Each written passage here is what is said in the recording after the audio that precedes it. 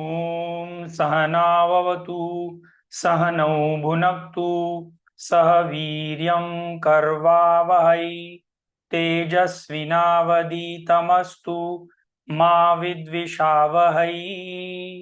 ॐ शान्ति शान्ति शान्तिः।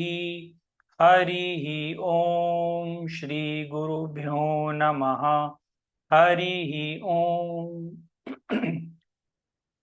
ॐ पार्थाय प्रतिबोधितां भगवता नारायणेन स्वयं व्यासेन ग्रथिता पुराणमुनिना मध्ये महाभारतम् अद्वैतामृतवर्षिणीं भगवतीम् अष्टादशाध्यायिनीम् अम्ब त्वामनुसन्दधामि भगवद्गीते भवद्वेषिणीम्।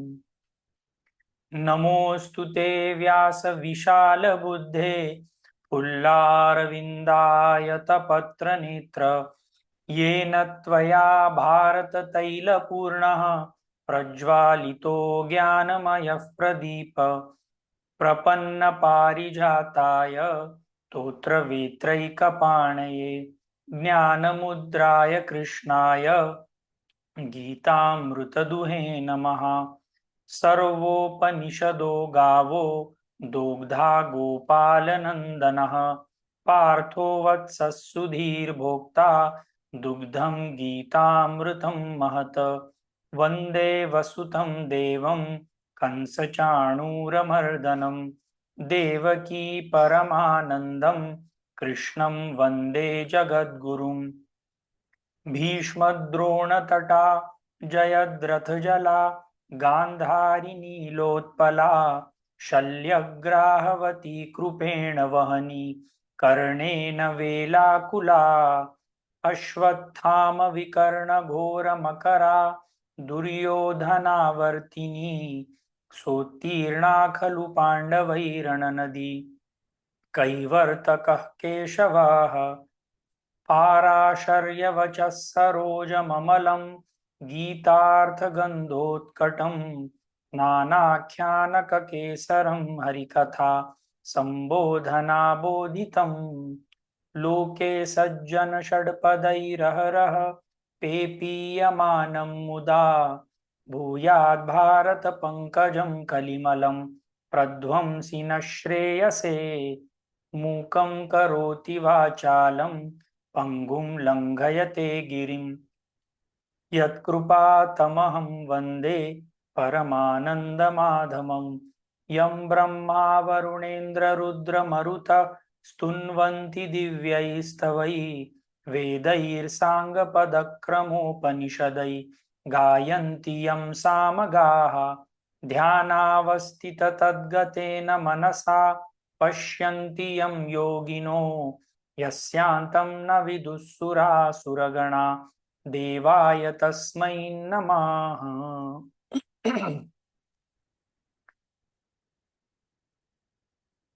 तो अब तक हम लोगों ने भगवत गीता के ध्यान योग के 6वें अध्याय के लगभग 27 श्लोक कवर कर लिए हैं और अब तक जो जो चीजें हमने कवर की हैं वो पहले 10 श्लोकों में भगवान श्री कृष्ण ने ध्यान का महत्व बताया।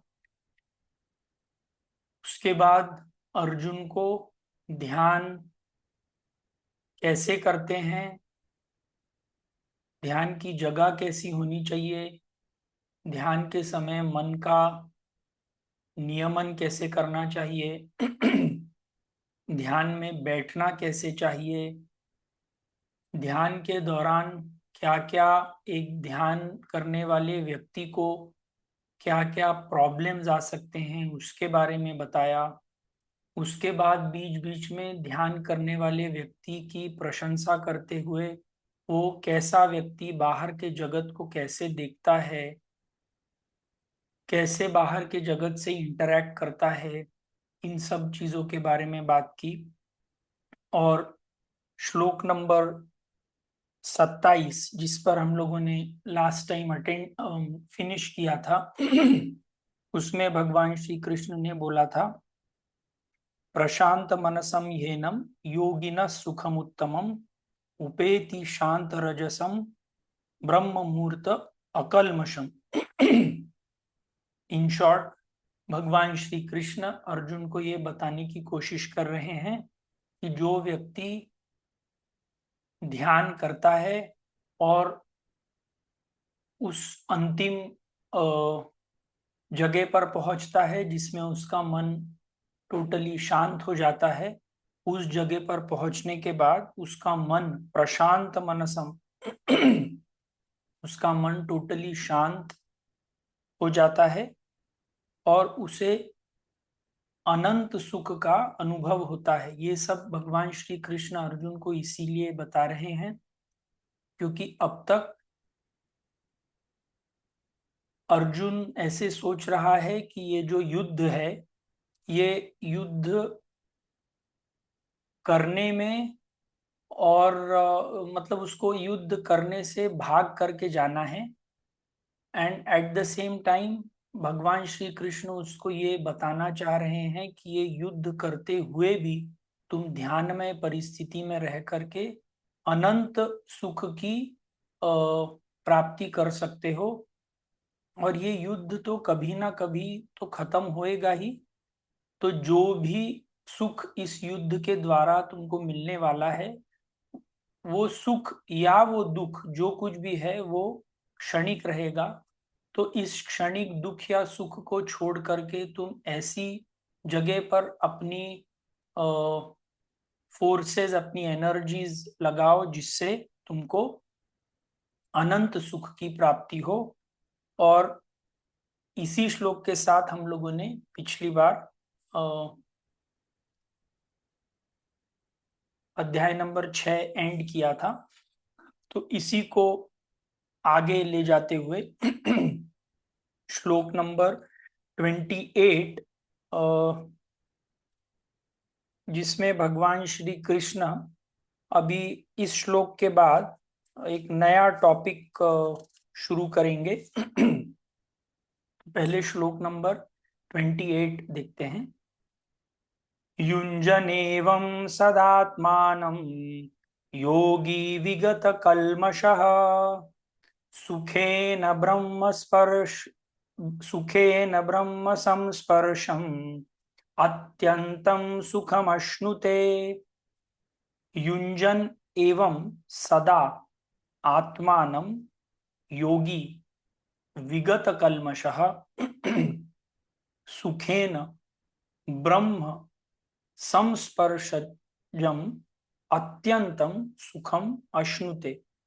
तो भगवान श्री कृष्ण अर्जुन को बोलते हैं कि जो व्यक्ति युंजनेव मतलब जो व्यक्ति सदैव प्रयत्नशील होकर के सदा आत्मा में आत्मरति आत्मा में डूबा रहता है, वो व्यक्ति कुछ ही समय के अंदर विगत कल्मश, उसके अंदर जो कल्मश है, कल्मश मीन्स डर्ट, जो इम्प्योरिटीज हैं वो over a period of time खत्म हो जाती हैं। सुखेन ब्रह्म संस्पर्शम अत्यंतम सुखम अश्नुते।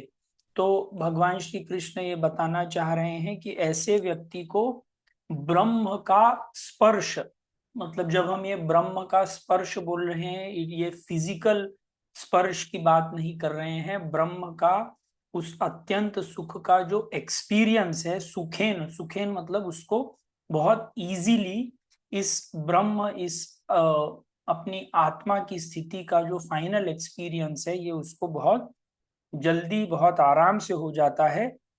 और ऐसा व्यक्ति जिसने अपने मन को अपने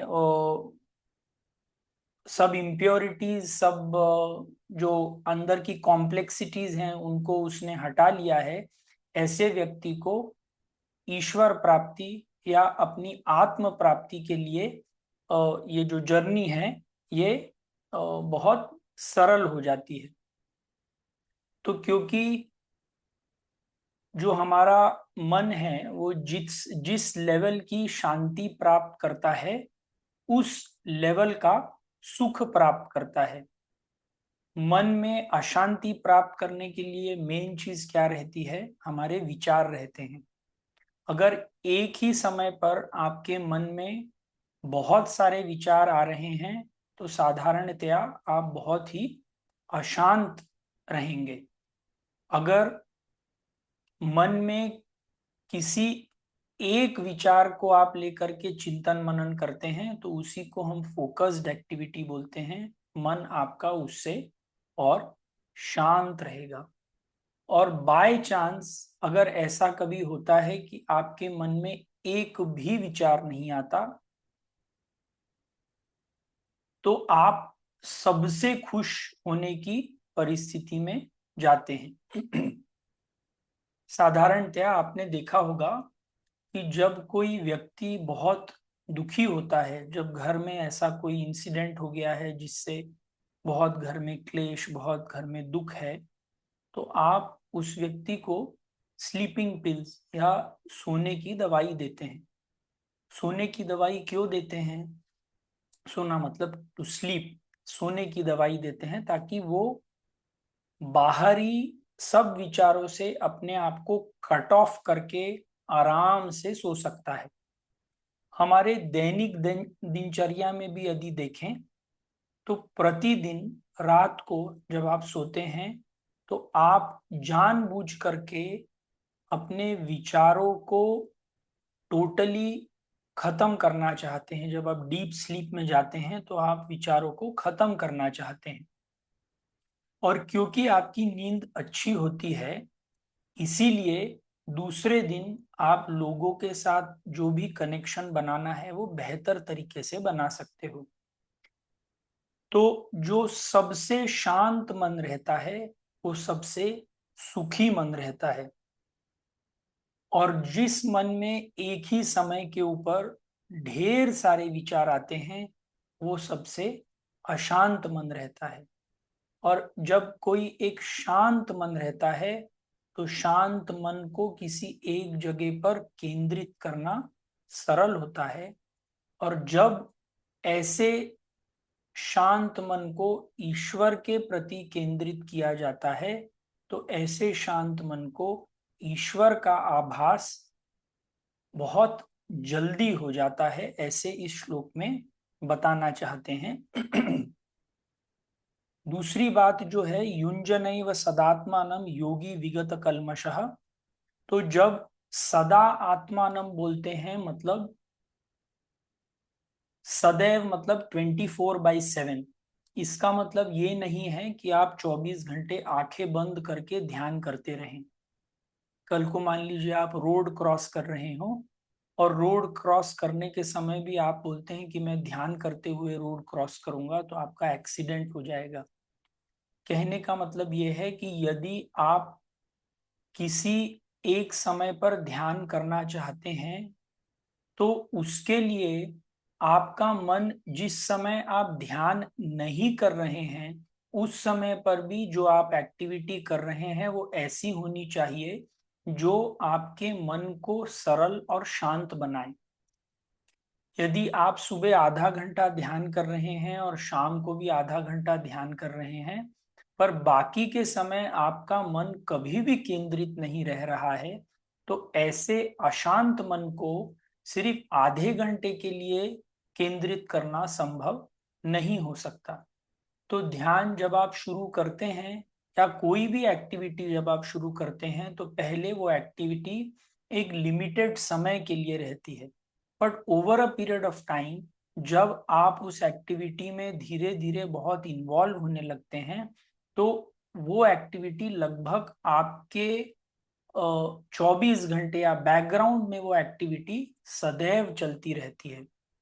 जैसे अगर मैं आपको एग्जाम्पल बताऊं कि जो एक माता है वो अपने बच्चे को में भी दिन में सिर्फ आधे एक घंटे बात करती होगी, पर बैकग्राउंड में उसके मन में सदैव अपने बच्चे का विचार चलते रहता है। तो जो एक ऐसा व्यक्ति रहता है जो ईश्वर प्राप्ति के लिए सदैव प्रयत्न कर रहा है, उस व्यक्ति के मन में ईश्वर प्राप्ति का विचार 24/7 चलते रहता है, और इसी कारण उसकी बाकी की जो भी क्रियाकलाप जिंदगी में वो कर रहा है, वो ऐसे क्रियाकलाप करता है जिससे वो ईश्वर प्राप्ति की तरफ जल्दी जा सकता है। और आपने देखा होगा कि जिस चीज के लिए आप सदैव प्रयत्नशील रहते हैं, वो चीज आपको किसी दूसरे व्यक्ति के कंपैरिजन में जो उस चीज के लिए प्रयत्न नहीं कर रहा है, उसके कंपैरिजन में आपको वो चीज जल्दी मिलती है। तो युंजनैव सदा आत्मानं योगी विगत कल्मषः सुखेन ब्रह्म स्पर्श ब्रह्म संस्पर्शजम अत्यंतम सुखम अश्नुते। तो जो व्यक्ति ने अपने मन की शुद्धि को, अपने मन के निर्मलता को, ईश्वर प्राप्ति को अपना प्राइमरी गोल लाइफ में बना लिया है, उसको ये गोल जल्द ही मिल जाता है यदि आपने इसके पीछे प्रॉपर एफर्ट्स किए। तो अब तक जो हम लोगों ने टॉपिक्स कवर किए हैं वो बेसिक्स ऑफ ध्यान कैसे करना है, पोजीशन कैसी है, एटीट्यूड कैसी है, फायदा क्या है, ये सब चीजें हम लोगों ने अभी कवर कर ली हैं। और अब अगले टॉपिक में एक बहुत 3 श्लोक आते हैं जो बहुत ही ध्यान के बारे में एक अलग व्यू देते हैं और एक अलग देखने का एंगल ध्यान को देते हैं। तो ये तीनों श्लोक मैं आपको एक्सप्लेन करूंगा, पर आप ये शुरू होने के पहले कुछ मन में आप एक यदि समुद्र देखें तो समुद्र में लहरें रहती हैं और समुद्र रहता है, ये दो चीजें रहती हैं। तो सिमिलरली इसमें अब हम जो डिस्क्रिप्शन शुरू कर रहे हैं, तो इन शॉर्ट एक लहर की दृष्टि से समुद्र क्या होता है, एक समुद्र की दृष्टि से लहर क्या होती है, और पानी के दृष्टि से समुद्र और लहर क्या होती है, ये एक मैं आपको इन तीनों श्लोकों के बाद एक छोटा सा एग्जाम्पल दूंगा। तो श्लोक नंबर 29, श्लोक नंबर 30 और श्लोक नंबर 31 एक व्यक्ति के दृष्टि से, जो एक व्यक्ति ध्यान कर रहा है उसको बाहर के जगत में कैसा उसको दिखता है, ये हम श्लोक नंबर 29 में करते हैं। बहुत कॉन्टेम्पलेटिव श्लोक्स हैं, इसके ऊपर आपको थोड़ा चिंतन मनन करना चाहिए। तो शुरू करते हैं। सर्वभूतस्थमात्मानं सर्वभूतानि चात्मनि ईक्षते योगयुक्तात्मा सर्वत्र समदर्शनः। सर्वभूतस्थम आत्मानं सर्वभूतानि च आत्मनि ईक्षते, ईक्षते मतलब देखना, योग युक्तात्मा सर्वत्र समदर्शनः।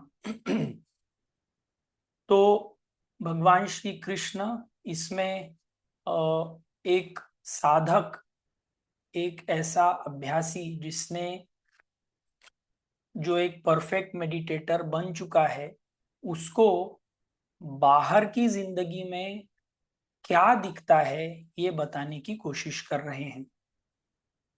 तो अगर मान लीजिए इसमें जो मैं एग्जाम्पल आपको, एक समुद्र है और एक लहर है, तो एक लहर को अगर कुछ समय के लिए ऐसी कैपेसिटी हो कि वो बाहर समुद्र में सब चीजें देख सके, तो उसको क्या दिखेगा, बहुत सारी लहरें दिखेंगी, कुछ बड़ी कुछ छोटी। तो सेम व्यू इसमें बताते हैं।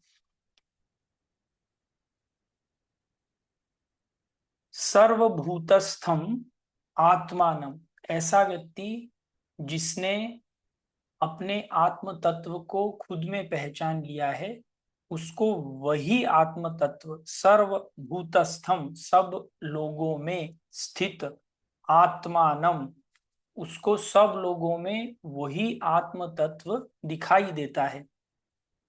सर्वभूतानि च आत्मनि, जो आत्म तत्व उसको खुद में दिखाई देता है वही सेम आत्म तत्व उसको सब लोगों में दिखाई देता है। ईक्षते योग युक्तात्मा सर्वत्र समदर्शन। ईक्षते मतलब देखना। ऐसे व्यक्ति जिसने अपने आत्म तत्व को पहचान लिया है वो बाहर के पूरे लोगों को, बाहर की पूरी सृष्टि को सेम नजर से देखता है। जैसे एक लहर जो है वो यदि समुद्र में बाकी लहरों को देखे तो शायद उसको लगेगा कि कोई एक छोटी लहर है, कोई एक बड़ी लहर है, कोई एक बहुत बड़ी लहर है। बट सब लोगों को जो वो खुद है वही चीज उसको सब में दिखने लगती है। इसका अगर मैं आपको एक दूसरा एग्जाम्पल दूं, जब हम लोगों को पुरातन काल में ज्ञान कम था, हमको फिजिक्स, केमिस्ट्री, बायो ये सब चीजें नहीं पता थी, तो हमको ऐसे लगता था कि जब बिजली गिरती है तो ईश्वर का हम लोगों के ऊपर प्रकोप होता है। पर जैसे जैसे हमारा ज्ञान बढ़ते गया तब हमको ऐसे पता चला कि ये जो बिजली गिरती है ये एक इलेक्ट्रिकल फेनोमेना है। एक पॉजिटिव एनर्जी रहती है, एक नेगेटिव एनर्जी रहती है। जब ये दोनों साथ में आते हैं तो बिजली चमकती है। और आज के दिन में हमको इस चीज से कोई विशेष डर नहीं लगता, हम इस चीज को समझ गए हैं। इसी चीज को कॉपी करके हम लोगों ने अपने घर में इलेक्ट्रिसिटी का जनरेशन किया है। तो आज जब आप मान लीजिए बाहर कोई फैन चलता हुआ देखते हैं, बाहर कोई एयर कंडीशनर चलता हुआ देखते हैं, बाहर कोई हीटर चलता हुआ देखते हैं, तो आपको ये पता रहता है कि ऑल्दो बाहरी रूप से ये तीनों इंस्ट्रूमेंट अलग अलग हैं, पर इनको चलाने वाली जो बिजली है वो एक है। सिमिलरली एक व्यक्ति जिसने अपने आत्म तत्व को पहचान लिया है उसको over a period of time ये पता चलने लगता है कि जो ईश्वर की चेतना मुझ में है वही चेतना इन सब लोगों में भी है।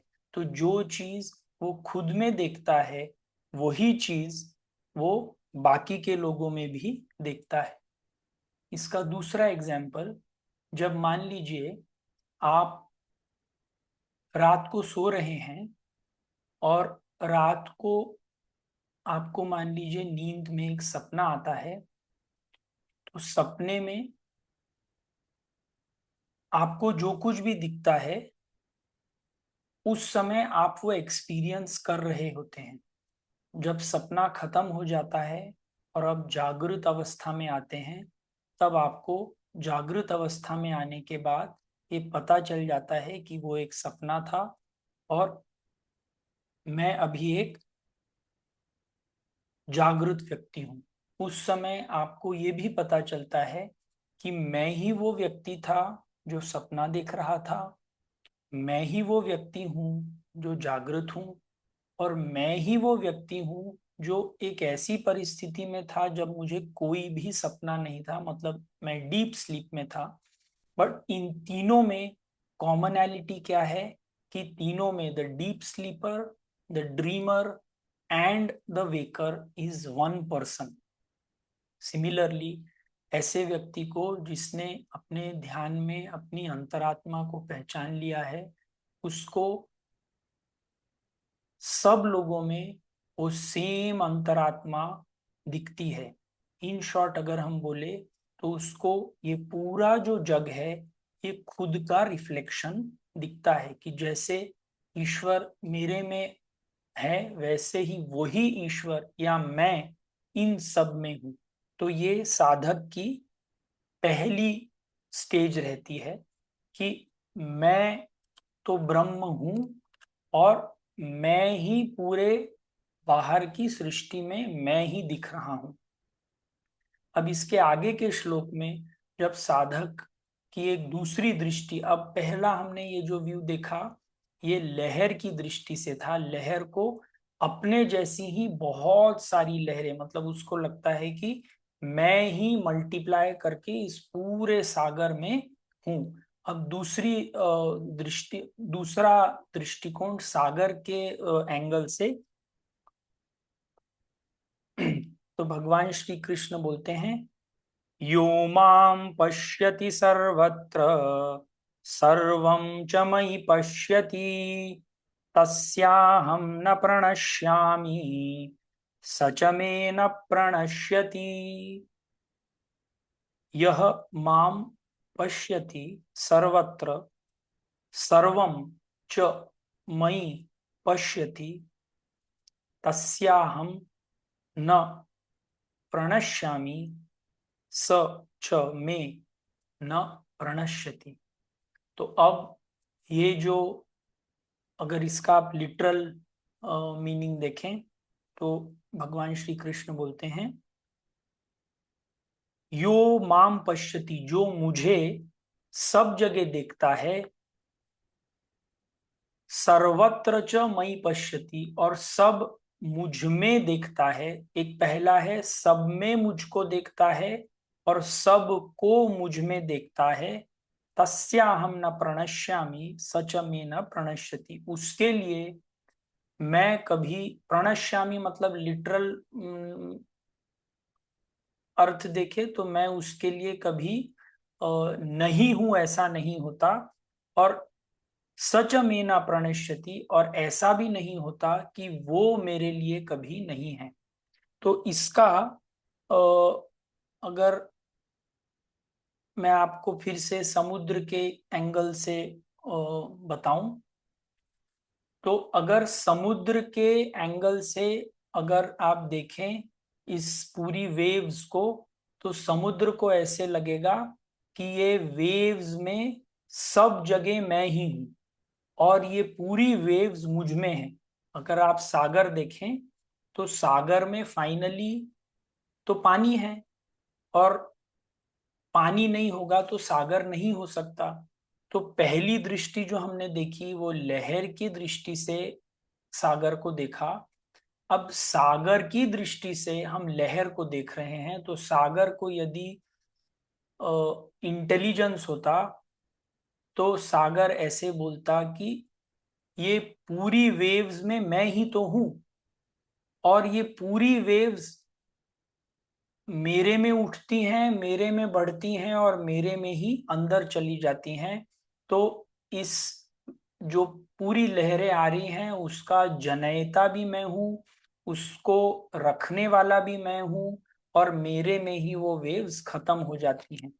तो ये व्यू है सागर की दृष्टि से। मतलब भगवान श्री कृष्ण बोल रहे हैं कि मुझ में ही सब लोग आते हैं, मुझ में ही सब लोग बैठते हैं, मुझ में ही सब लोग चले जाते हैं। मुझे पता नहीं, आप लोगों ने, संस्कृत एक ऐसी भाषा है जिसमें हर एक शब्द बहुत सोच समझ करके बनाया गया है। तो इस बाहरी दुनिया को हम जगत बोलते हैं, जगत। तो ये तीन शब्दों का शॉर्ट फॉर्म है। ज से मतलब जायते, जायते मतलब बर्थ होना। ग का मतलब है गमिष्यति, गमिष्यति मतलब जाना। और त, ज ग त, त का मतलब है तिष्ठति, तिष्ठति मतलब बैठना। तो ऐसी जगह जहां पे लोग आते हैं, कुछ समय रहते हैं और फिर चले जाते हैं, ये जगत। तो यदि आप जगत की दृष्टि से भी सबको देखें तो भगवान श्री कृष्ण बोलते हैं कि जो ये एकत्व पहचान लेता है कि जो आत्मा मेरे में है वही आत्मा, जो आत्मा ईश्वर में है वही आत्मा मेरे में है, तो उसको ये पता चलता है कि जो कुछ आ रहा है उसमें भी ईश्वर, जो कुछ रह रहा है उसमें भी ईश्वर, जो कुछ विनाश हो रहा है वो भी ईश्वर में ही विनाश हो जाता है। तो यो माम पश्यति सर्वत्र सर्व च मयि पश्यति तस्याहम न प्रणश्यामि सच में न प्रणश्यति। तो ऐसा व्यक्ति जो इस कृष्ण तत्व को, इस आत्म तत्व को पहचान लेता है, उसको फाइनली ऐसे लगता है, पहले व्यू में दिख रहा था कि मैं ही सब जगह हूं, अब दूसरे व्यू में दिखता है कि कृष्ण ही सब जगह है, मुझे जो मैं दिख रहा था वो भी कृष्ण ही है। और इसमें यदि मैं आपको एक दूसरा एग्जाम्पल दूं, मान लीजिए आप एक प्रिज्म रखते हैं, प्रिज्म, प्रिज्म को हिंदी में क्या बोलते हैं मुझे पता नहीं है। प्रिज्म के ऊपर यदि आप एक लाइट डालते हैं तो वो प्रिज्म में जब लाइट जाती है तो वो 7 कलर में बढ़ जाती है, VIBGYOR, violet, indigo, blue, orange, yellow और रेड। तो लाइट एक थी, वो जब प्रिज्म, प्रिज्म में हमारा बॉडी, माइंड और इंटेलेक्ट, उसमें वो लाइट जाकर के अनेक कलर्स में बढ़ गई। तो यदि हमारे पास ऐसी कोई क्षमता हो जिससे हम उस प्रिज्म के ऊपर देख सकें, तो आपको पता चलेगा कि जो पीछे से लाइट आकर के प्रिज्म में टूट करके सामने 7 कलर बना रही है, वही लाइट ऊपर और नीचे वाइट लाइट है। बेसिकली हमारा बॉडी, माइंड और इंटेलेक्ट, हमारी जो जिस प्रकार की, जिस लेवल की हमारी चेतना है, उस लेवल से हमारे बाहरी जगत को देखते हैं। और क्योंकि हमारी चेतना अलग अलग लेवल की है, इसीलिए हमको जगत अलग अलग दिखता है। जैसे अगर मैं इसमें आपको एक और छोटा सा एग्जांपल दूं, कि अगर मान लीजिए चींटी एक मनुष्य को देख सकती है, तो हो सकता है चींटी को लगेगा कि ये जो मनुष्य है ये एक बहुत बड़ा हिमालय पर्वत से भी बड़ी कोई चीज है। उसी मनुष्य को मान लीजिए अगर एक हाथी देखता है, तो हाथी जो है वो सोचेगा कि ये बहुत छोटी सी चीज है। बट एक्चुअली जो एनर्जी उस चींटी को चला रही है, जो एनर्जी उस व्यक्ति को चला रही है, जो एनर्जी उस हाथी को चला रही है, वो सेम एनर्जी है। पर जब वो सेम एनर्जी एक ऐसे बॉडी, माइंड और इंटेलेक्ट पर पड़ती है जैसे एक हाथी, तो उसका बाहरी दृष्टिकोण अलग होता है। जब वही एनर्जी एक व्यक्ति के मन के ऊपर पड़ती है तो उसका बाहरी मैनिफेस्टेशन अलग रहता है। जब ऐसी ही एनर्जी किसी बैक्टीरिया और वायरस के ऊपर पड़ती है तो उसका बाहरी मैनिफेस्टेशन अलग रहता है। बट इन ऑल ये एनर्जी सेम है, उसको यूज करने वाले जो उपकरण हैं वो अलग अलग हैं। जैसे हीटर, एसी और फैन सेम इलेक्ट्रिसिटी को यूज करके अलग अलग पेरिफेरल मैनिफेस्टेशंस करते हैं, पर अल्टीमेटली अगर इलेक्ट्रिसिटी नहीं होगी तो ये कोई भी चीज काम नहीं करेगा। तो एक जो ज्ञानी व्यक्ति रहता है उसको ये पता रहता है कि जो कुछ भी बाहर हमको दिख रहा है वो ईश्वर के अलावा कुछ नहीं है, और वो भी ईश्वर ही है। तो अब जो तीसरा श्लोक है, इससे ऊपर एक और अंडरस्टैंडिंग, जिसमें जब ऐसे व्यक्ति को पता चल जाता है कि वो और ईश्वर are same in one one way, one way मतलब एक तरीके में, ईश्वर इज प्योर कॉन्शियसनेस, मैं जो हूं वो कॉन्शियसनेस को अलग अलग फिल्टर लगा दिए हैं और मैं उस प्रकार का कॉन्शियसनेस हूं, मैं उस प्रकार की चेतना हूं। तो अब भगवान श्री कृष्ण इसमें जो श्लोक नंबर 32 है उसमें, जैसे अब मान लीजिए आपको पता चल गया है कि आपका और आपके टीचर का नॉलेज सेम है, तो क्या आप कल जाकर के अपने टीचर के सामने, हाय हाउ आर यू, तुम कैसे हो, मेरा और तुम्हारा नॉलेज तो अब सेम हो गया है, मतलब मान लीजिए आपको भी एमए की डिग्री मिली हुई है और आपके टीचर को भी एमए की डिग्री मिली हुई है, तो जिस दिन आपकी एमए की डिग्री कंप्लीट हो जाएगी, क्या आप उस टीचर के पास जाकर के पहले जिसको प्रणाम करते थे अब उसके साथ में जाकर के बैठोगे और उससे जैसे चाहे बात करोगे? तो ये सेम चीज इसमें श्लोक नंबर 32 में बताते हैं। आत्मौपम्येन सर्वत्र समं पश्यति योऽर्जुन, सुखम वा यदि वा दुखम स योगी परमः मतः। सॉरी, श्लोक नंबर 30, ये श्लोक नंबर 32 है। श्लोक नंबर 31, सर्वभूतस्थितं यो मां भजत्येकं भजत्येकम् अवस्थितः सर्वथा वर्तमानोऽपि स योगी मयि वर्तते। तो पहले श्लोक में हमने श्लोक नंबर 29 में देखा सर्वभूतस्थमात्मानं सर्वभूतानि च आत्मनि। दूसरे में देखा यो माम पश्यति, पहले लहर की दृष्टि से देखा, अब दूसरे में सागर की दृष्टि से देखा, अब तीसरे इसमें हम पानी के दृष्टि से देखते हैं। अगर देखा जाए तो लहर भी पानी है, सागर भी पानी है, तो सर्वभूत स्थितम यो माम, जब ऐसे व्यक्ति को, जिसने ध्यान कर रहा है, उसको पता चल जाता है कि सब जगत में ईश्वर के अलावा कुछ भी नहीं है और मैं भी ईश्वर ही हूं, पर ये इक्वालिटी जानने के बाद यदि उसने मतलब उसका और ईश्वर के प्रति एक हायर और लोअर, आप अपने गुरु से कभी भी बड़े नहीं हो सकते, क्योंकि गुरु ने आपको सिखाया है।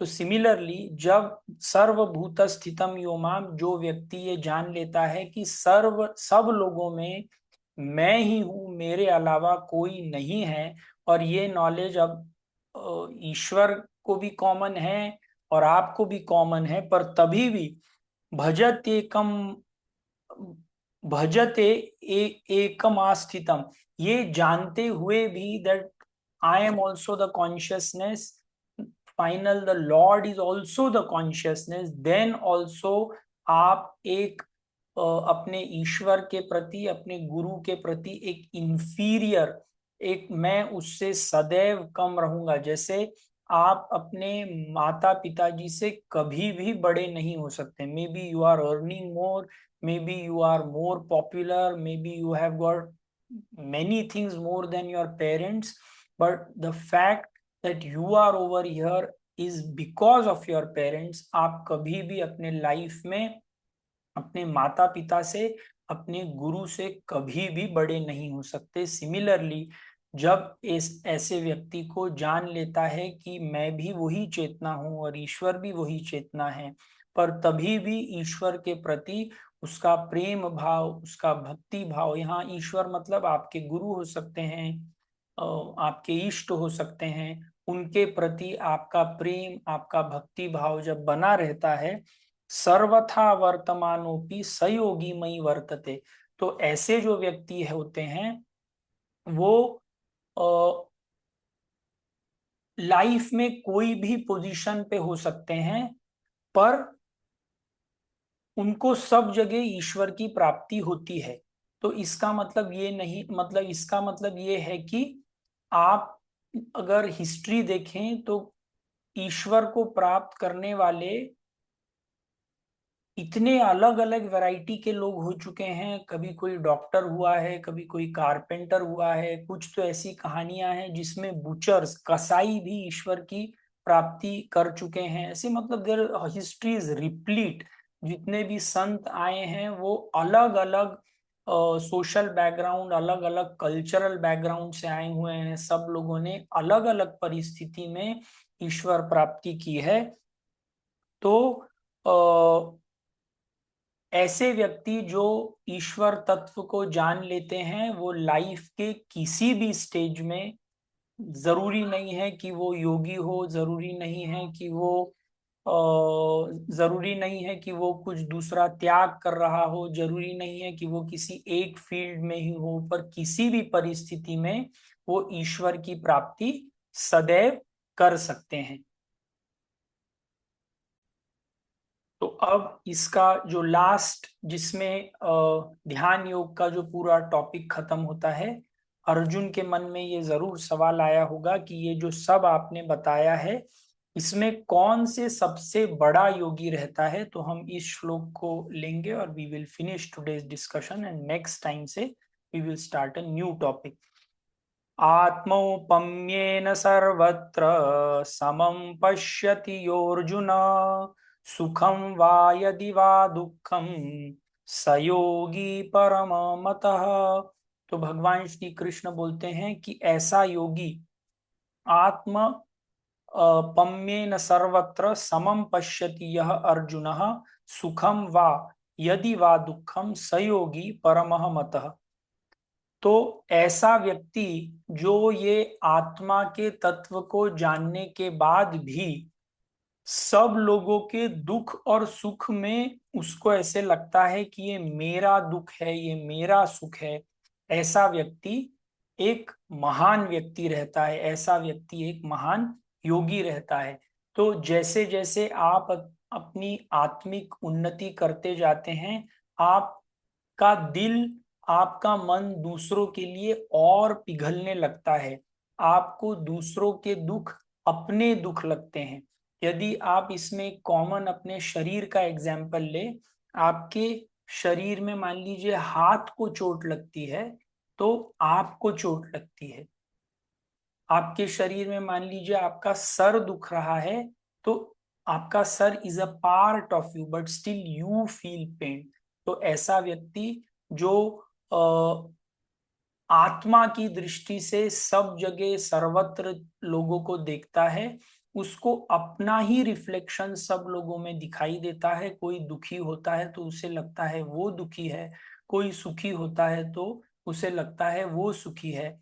But most of the time आप हम लोगों की लाइफ में देखें, यदि आपके कोई फ्रेंड को कोई ऐसी चीज मिल जाती है जो आपको नहीं मिलती तो आप दुखी हो जाते हैं, और यदि आप उसको कोई ऐसी चीज मिलती है जो उसको नीचे खींच लेती है तो आप सुखी हो जाते हैं। तो जैसे जैसे हम अपनी आत्मिक यात्रा में आगे बढ़ते जाते हैं, हम सब लोगों को same equality, means it is not about human beings, it is about the whole world, trees, plants, living structures, non living structures, we feel that they are same things which have the same thing in them, and more he becomes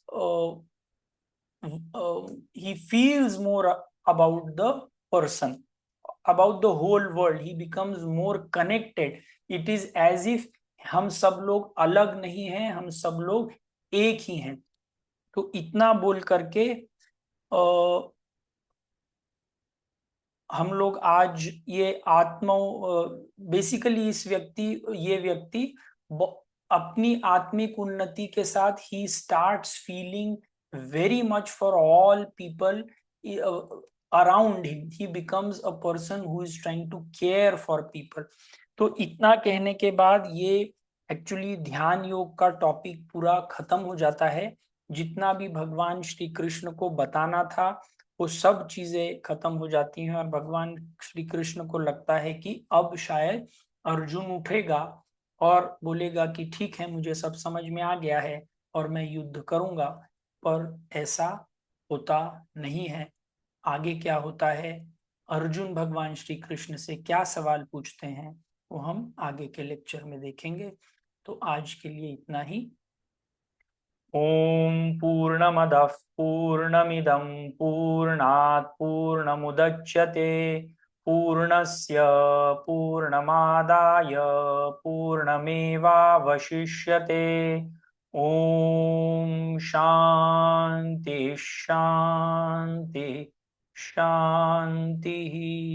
Hari ओम श्री गुरुभ्यो नमः। हरि ओम।